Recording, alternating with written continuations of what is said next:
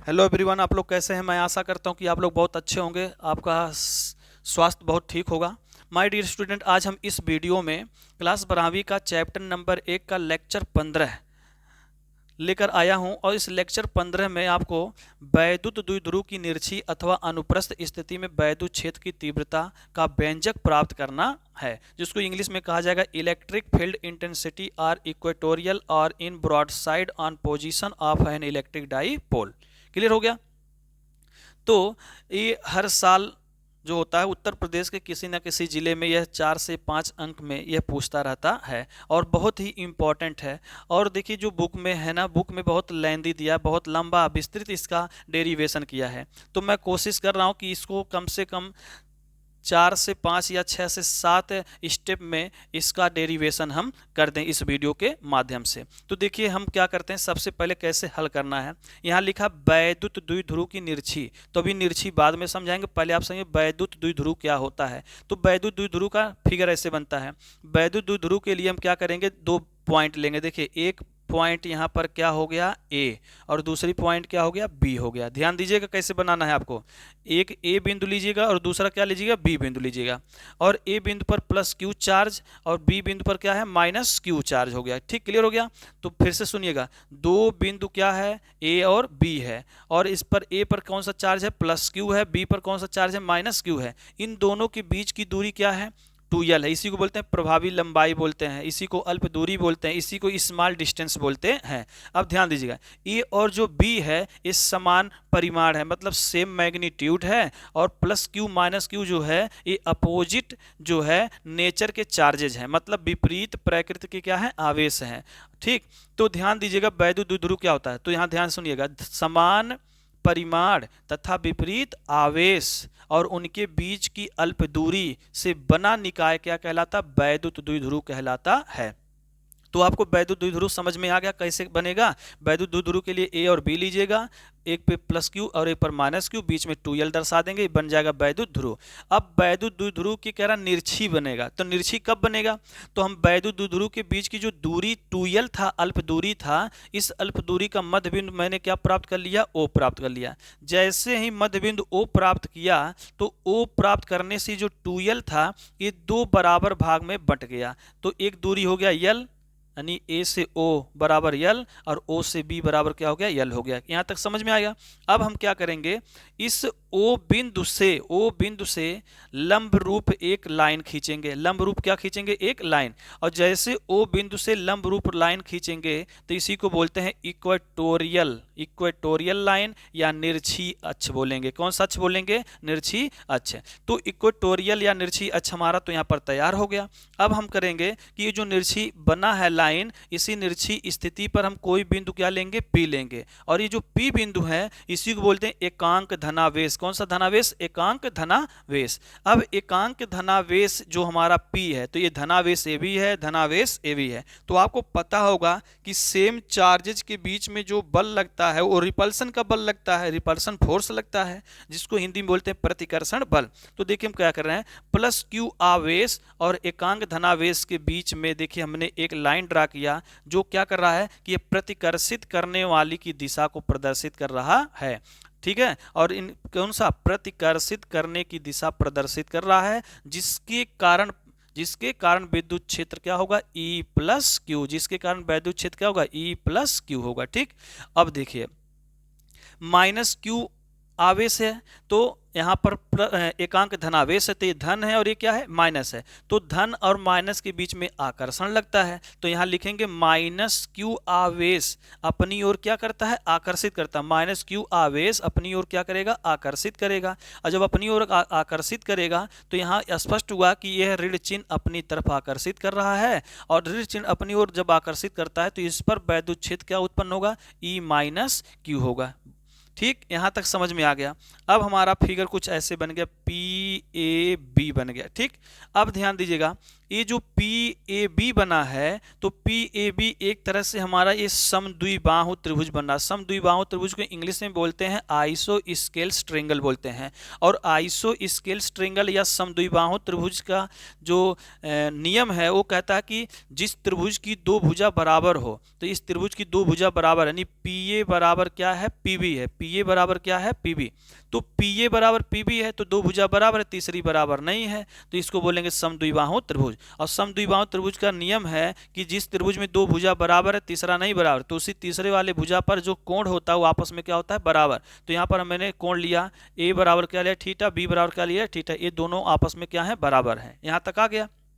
अब समझिएगा कि यहाँ पर 2 थीटा कैसे आया है। यहाँ पी ए बी जो है एक त्रिभुज बना है, लेकिन यहाँ पर एक बहिष्कोण हो रहा है, तो ये त्रिभुज के बाहर का कोण है। तो यहाँ बोलेंगे त्रिभुज का बहिष्कोण त्रिभुज के दो दूरस्थ कोणों के योग के क्या होता है, बराबर होता है। तो ये त्रिभुज का जो बहिष्कोण होता है, इसके अंदर का जो दो कोण है, एक थीटा मिलके कितने होंगे, 2 थीटा। तो यहाँ पर बहिष्कोण क्या निकल के आया, 2 थीटा आया। बात यहां तक समझ में आ गया।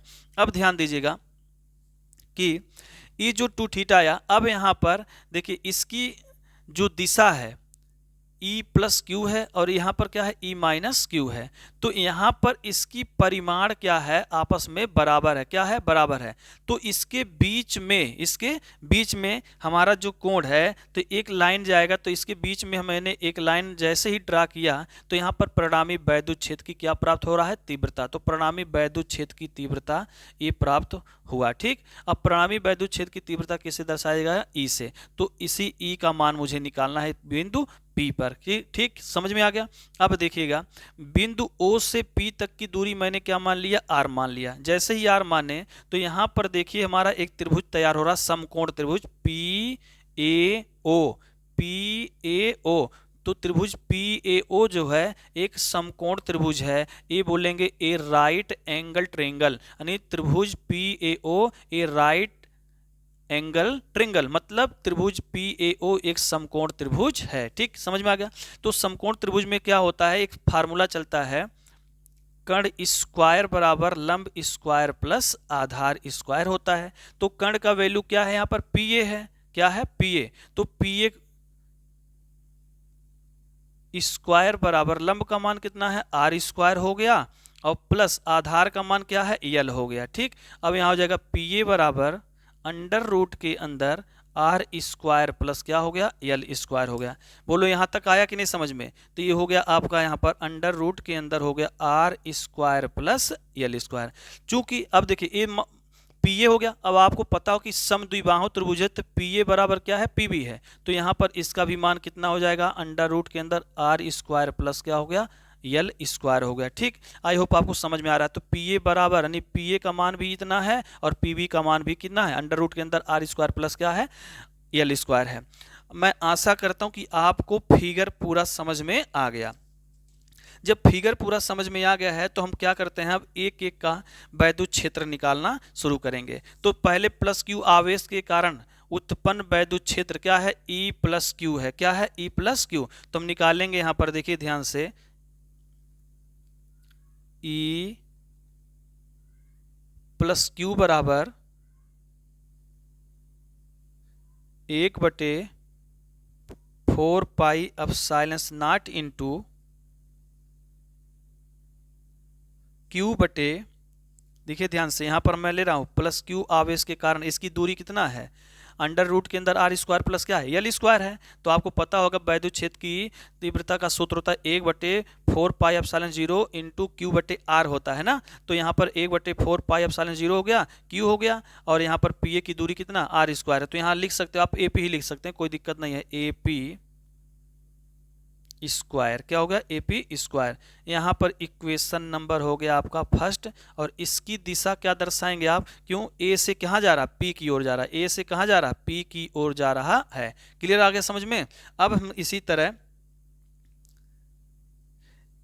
E माइनस क्यू का निकालेंगे। E माइनस क्यू बराबर 1/4 पाई एप्सिलॉन नॉट इंटू, यहाँ पर हो जाएगा क्यू बटे, यहाँ पर क्या है, ये देखिए यहाँ से A से P की तरफ गया था और ये P से कहाँ, B की तरफ आ रहा था। यहाँ लिखेंगे पी बी का होल स्क्वायर। इक्वेशन नंबर हो गया 2। इसकी दिशा क्या दर्शाएंगे? इसकी दिशा आप दर्शाएंगे पी बी। क्या दर्शाएंगे? पी बी, यानी पी से कहाँ? बी की ओर जा रहा है। यहाँ तक आपको समझ में आ गया, ठीक। अब ध्यान दीजिएगा, इस त्रिभुज में आपको पता है कि पी ए यानी ए पी बराबर क्या है? पी बी है। तो लिखेंगे यहाँ पर चूंकि ए पी बराबर पीवी, एपी बराबर क्या है? पीवी है। जब एपी बराबर पीवी है तो यहाँ ध्यान देना है कि जो उसके परिमाण है वो भी क्या होंगे? बराबर होंगे। तो यहाँ हम देखिए ध्यान से, आपको साइड में कहीं समझाना चाह रहा हूँ, उसको अच्छे से समझिएगा। अब दोनों समीकरण में देखिएगा, AP बराबर PB है, मतलब AP का मान PB है, तो AP के जगह पर अगर हम PB रख देंगे तो सब तो बराबर होगा। तो AP और PB को छोड़कर बाकी तो सब का मान क्या है? आपस में बराबर ही है तो है। तो यहाँ A भी तो बराबर है, AP के जगह पे PB या PB के जगह पे क्या हो जाए? AB। तो सब कुछ मान क्या आपस में बराबर हो जाएगा। तो यहाँ पर हम क्या करेंगे? E प्लस क्यू बराबर E माइनस क्यू। इनके दोनों का परिमाण क्या है? बराबर है। परिमाण में बराबर है। परिमाण में क्या है? बराबर है। कैसे? क्योंकि हमने बताया कि E प्लस क्यू बराबर 1/4 pi epsilon naught into q बटे ए पी स्क्वायर है, और यहाँ पर पी बी स्क्वायर है। तो हमने कहा कि ए पी के बराबर क्या है? पी बी है। तो ए पी की जगह पर अगर हम पी बी रख देंगे तो सेम का मान बराबर हो रहा है कि नहीं हो रहा है? तो ये कैंसिल होकर तो क्या बचेगा? E प्लस क्यू और E माइनस क्यू बचेगा। तो यहाँ परिणाम E प्लस क्यू बराबर E माइनस क्यू, परिमाण में क्या है? बराबर है। अब हम इसका निकालेंगे परिणामी त्रिज्या, तीव्रता।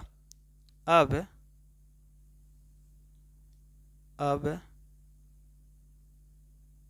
परिणामी तीव्रता फाइंड करेंगे या ज्ञात करेंगे। अब परिणामी तीव्रता ज्ञात करेंगे। देखिए परिणामी त्रिज्या कैसे ज्ञात करेंगे, आपको क्लास 11वीं की थोड़ी बात याद धरा देते हैं। मान लीजिए ए हो गया वेक्टर ए और ए हो गया वेक्टर बी हो गया, ठीक। तो वेक्टर ए की दिशा इधर है, वेक्टर बी की दिशा इधर है, ठीक है ना। तो इसकी दिशा तो भिन्न है परंतु इसकी परिमाण क्या है? बराबर है। परिमाण क्या है? बराबर है। और इनके बीच में एक थीटा हो गया, कोण थीटा बनाना। तो वेक्टर ए की दिशा इधर है, वेक्टर बी की दिशा इधर जा रही है, और इनके बीच में कोण क्या बना? थीटा बना। परंतु इनके बीच में जो परिणामी क्या निकलेगा? परिणामी। तो परिणामी क्या है? आर है। क्या है? आर। तो ये दोनों तो आपस में बराबर है। तो यहाँ हो जाएगा आपका कि ए बराबर बी, ए बराबर बी। तो ए बराबर बी क्या है? यानी ए बराबर बी का मतलब इन दोनों का परिमाण क्या है? बराबर है। यानी परिमाण क्या है? बराबर है। बट दिशा क्या है? बट दिशा इनका क्या है? भिन्न है। तो इस तरह से इसका फार्मूला क्या होता है? रट लीजिएगा ये, क्योंकि इसी फार्मूले से यह मेरा जो डेरिवेशन है बहुत छोटा हो जाएगा। फिर से एक बार ध्यान दीजिएगा, ये वेक्टर ए है, ये वेक्टर क्या है? बी है। इन दोनों का परिमाण क्या आपस में है? बराबर है, परंतु दिशाएं क्या हैं? भिन्न है। इसकी दिशा ऊपर की ओर जा रही है, इसकी दिशा क्षैतिज की ओर जा रही है, और इसके बीच में थीटा कोण बना, तो इसके बीच में परिणामी क्या होगा? तो यहाँ हो जाएगा आर बराबर ध्यान दीजिएगा 2a cos थीटा बाई 2 होता है। इसको आप रट लीजिएगा, r बराबर 2a cos थीटा बाई 2। फिर से रटिएगा, r बराबर 2a cos थीटा बाई 2 होता है। अब इसी के आधार पर हम देखिए मान निकालने जा रहे हैं। अब यहाँ पर परिणामी इस फिगर में तो r है, लेकिन इस फिगर में परिणामी क्या है? e है। इस फिगर में परिणामी क्या है? e है। सेम देखिए उसी कंडीशन में है। ये जो pb है, ये pb है ना आपका, तो क्या दिया है? pb का परिणाम कितना दिया? r कंडी में r square plus l square, और इसका परिणामी कितना दिया है आपका? सॉरी, इसका e क्यू दिया, e प्लस क्यू, इसका दिया e माइनस क्यू। इसके बीच में थीटा कोण परिणामी वैद्युत क्षेत्र की तीव्रता क्या है? e है। तो हम क्या करेंगे? अब r की जगह पे क्या रख देंगे? e। तो यहाँ हो जाएगा e बराबर, ध्यान दीजिएगा, e बराबर हो गया ना, e बराबर। अब देखिए यहाँ पर a दिया है, क्या दिया है? a दिया है। तो नीचे वाला मान क्या है? a का वैल्यू है e माइनस क्या है? q है। जबकि आप पढ़े हैं e माइनस क्यू बराबर क्या होता है? e प्लस क्यू होता है। तो यहाँ पर हो जाएगा 2, देखिए 2 गुणे E plus Q, E plus Q हो गया। उसके बाद यहाँ पर कास है तो लिख देंगे कास, ठीक। और यहाँ पर इसके बीच का कोण कितना है, 2 थीटा है, तो यहाँ लिखेंगे 2 थीटा बटे 2 हो जाएगा। ठीक, आई होप को आपको समझ में आ गया होगा। ठीक, क्लियर हो गया ना। इसी सूत्र के अनुसार हुआ है, ध्यान दीजिएगा। r बराबर 2a cos थीटा बाई 2, तो r के जगह हमने यहाँ पर इस फिगर में तो परिणामी r था और इस फिगर में परिणामी क्या है, e है, तो यहाँ पर e रख देंगे, बाकी तो ही चलेगा। और ये जो a है तो a का वैल्यू यहाँ पर चाहे इसको a मानो चाहे इसको a मानो, जबकि दोनों मान आपस में क्या है, बराबर है। तो यहाँ जगह e बराबर 2, फिर इनटू, फिर यहाँ पर e माइनस क्यू के जगह पे e प्लस क्यू हो गया। cos 2 थीटा कैसे हुआ, क्योंकि यहाँ पर कोण का मान कितना है, 2 थीटा, बाई कितना हो गया, 2 हो गया। बोलो यहाँ तक आया ना समझ में। अब ठीक, आगे हम देखिए कैसे हल कर रहे हैं। e बराबर 2, अब देखिए e प्लस थीटा का यानी e प्लस क्यू का मान कितना होगा, लिखेंगे 1/4 pi epsilon naught into q बटे, अब देखिए r का वैल्यू है, r का वैल्यू मतलब r का वैल्यू AP और PB दोनों तो बराबर है, तो यहाँ लिखेंगे r square plus l square हो गया इंटू, आई देखिए 2 से 2 कैंसिल हो जाए तो बचेगा आपका cos थीटा, क्या बचा, cos थीटा बचा। यहाँ तक आ गया समझ में। अब आगे हम बढ़ते हैं। e बराबर 2 1/4 pi epsilon naught into q बटे are square plus l square into, देखिए कास थीटा का सूत्र क्या होता है, कास थीटा बराबर होता है आधार बटे कण होता है, आधार बटे क्या होगा, कण। ठीक, आधार बटे क्या होगा, कण। अब हम इसको यहाँ पर इस तरफ लगा दे रहे हैं सवाल को, आधार बटे क्या होगा आपका, कण होगा, आधार बटे कण। ध्यान दीजिएगा यहाँ पर। ठीक, देखिए अब यहाँ पर हम लिखते हैं, तो यहाँ हो जाएगा E इक्वल टू, क्या है, E इक्वल टू, यहाँ क्या निकल के आया था, 2 इंटू 1/4 पाई एप्सिलॉन नॉट है, तो यहाँ लिख दीजिए 2 into 1/4 pi epsilon naught into q बटे are square plus l square into, ये देखिए आधार बटे कण है, तो फिगर में ध्यान दीजिएगा, आधार इसमें कौन है, यल है, और कण कौन है, कणी में R square plus L square है, तो यहाँ हो जाएगा यल बटे अंडर रूट के अंदर R square plus L square हो गया। बोलिए यहाँ तक आया समझ में। ठीक, कमेंट करते भी चलिएगा आपको यदि समझ में आ रहा है। तो E बराबर यहाँ पर हो जाएगा आपका, ये देखिए 2QL, यहाँ फार्मूला निकल गया आपका, तो लिख दीजिए 1/4 पाई एप्सिलॉन नॉट इंटू, यहाँ पर पूरा टोटल करेंगे 2QL, तो हो जाएगा 2QL बटे आर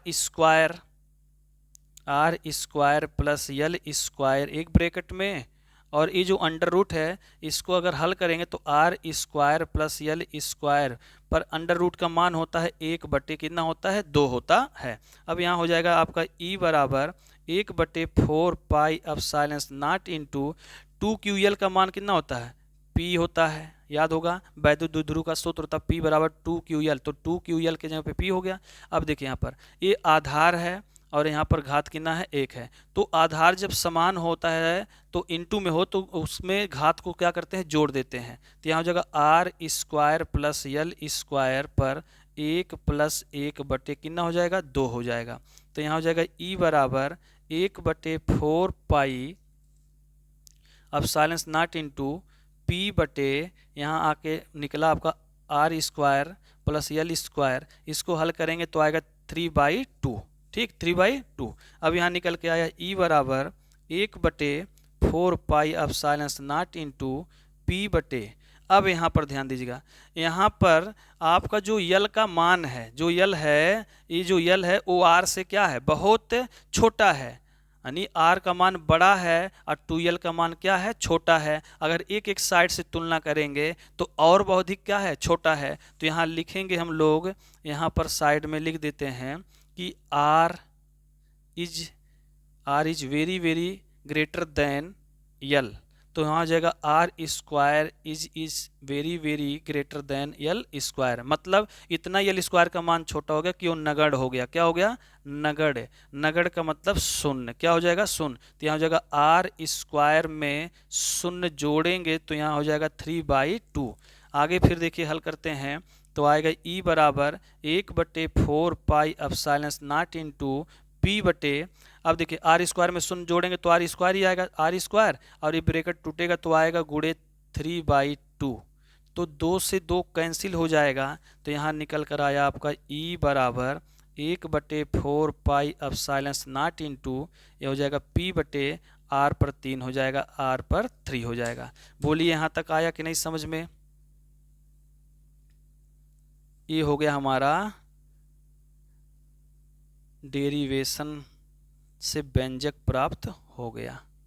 बोलिए आया कि नहीं समझ में? ठीक, अब ये हो गया आपका पूरा वैद्युत द्विध्रुव की निर्छी अथवा अनुप्रस्थ स्थिति में वैद्युत क्षेत्र की तीव्रता। तो इस पर वैद्युत क्षेत्र की तीव्रता कितना आया? आया ई बराबर 1/4 pi epsilon naught into P बटे आर क्यूब। यहाँ तक प्राप्त हो गया है आपका मान। एक चीज़ और हम बताना चाह रहे हैं आपको, ध्यान दीजिएगा। हमने जब अच्छी बताया था, क्या बताया था? अच्छी, तो अच्छी के लिए ध्यान दीजिएगा, यहाँ पर हो जाएगा ई ए दर्शा दिए। इसका मतलब क्या होगा कि वैद्युत द्विध्रुव में, वैद्युत द्विध्रुव के अच्छी स्थिति में वैद्युत क्षेत्र की तीव्रता हो गया, और ये जो मान है इसको हम बी दर्शा देते हैं। क्या दर्शा देते हैं? बी, क्योंकि बी मतलब क्या होता है? ब्रॉड साइड होता है, तो ये हो गया ब्रॉड साइड। ये दोनों आपस में बराबर हैं, किसके? यहाँ पर हमने लिख दिया 2। क्या लिख दिया? 2। क्यों लिख दिया? क्योंकि अच्छी में जो था 2p था और निर्छी में क्या है? p है। अच्छी में क्या था? केवल अच्छी में 2p आया था, अच्छी में क्या आया था? 2p आया था, और इसमें क्या आया? निर्छी में केवल p आया है, तो इससे स्पष्ट होता है कि दुगुना है। तो इसको हम बोल सकते हैं कि अच्छी स्थिति में, अच्छी स्थिति पर वैद्युत क्षेत्र की तीव्रता निर्छी स्थिति पर वैद्युत क्षेत्र की तीव्रता का क्या होता है? दुगुना होता है। और इट इज़ वेरी इंपॉर्टेंट, यह बहुत महत्वपूर्ण फार्मूला है। कभी कभी आईआईटी में ऐसे पूछ लेता है, इस पे न्यूमेरिकल भी लगता है। तो आई होप आपको यह समझ में आ गया होगा। बहुत ही कम समय में आपको यह डेरिवेशन बहुत कम स्टेप में समझा दिया गया। यदि आपको वीडियो पसंद लगा हो तो मेरे वीडियो को लाइक, कमेंट, शेयर जरूर करें। सब्सक्राइब न करें वो ठीक, लेकिन ज़रूर शेयर कर दिए ताकि कोई दूसरा बच्चा भी देख ले। ठीक है, तो मिलते हैं फिर से अगले टॉपिक में। जय हिंद, जय भारत।